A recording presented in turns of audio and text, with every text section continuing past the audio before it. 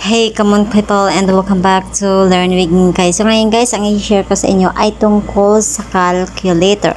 So ano ba meron dito sa ating calculator, at napaka-basic lamang po ito guys. Kung makikita nyo sa ating screen, ay sa tingin nyo ay napaka-simple lang na calculator. Pero hindi nyo ba alam na dito sa mismo ng ating cellphone ay pwede tayo gumamit ng scientific na calculator, lalong-lalo na sa ating mga students or sa mga mag-aaral. Ayan, dito sa inyong cellphone guys, pwede nyong gagawing scientific ang inyong calculator.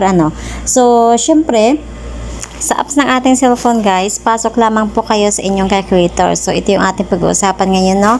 And pagkabungan nyo po dito is basic na calculator po yung inyong makikita. So ang gagawin natin para makuha natin yung scientific, tap nyo po yung tatlong dot sa may right side sa taas.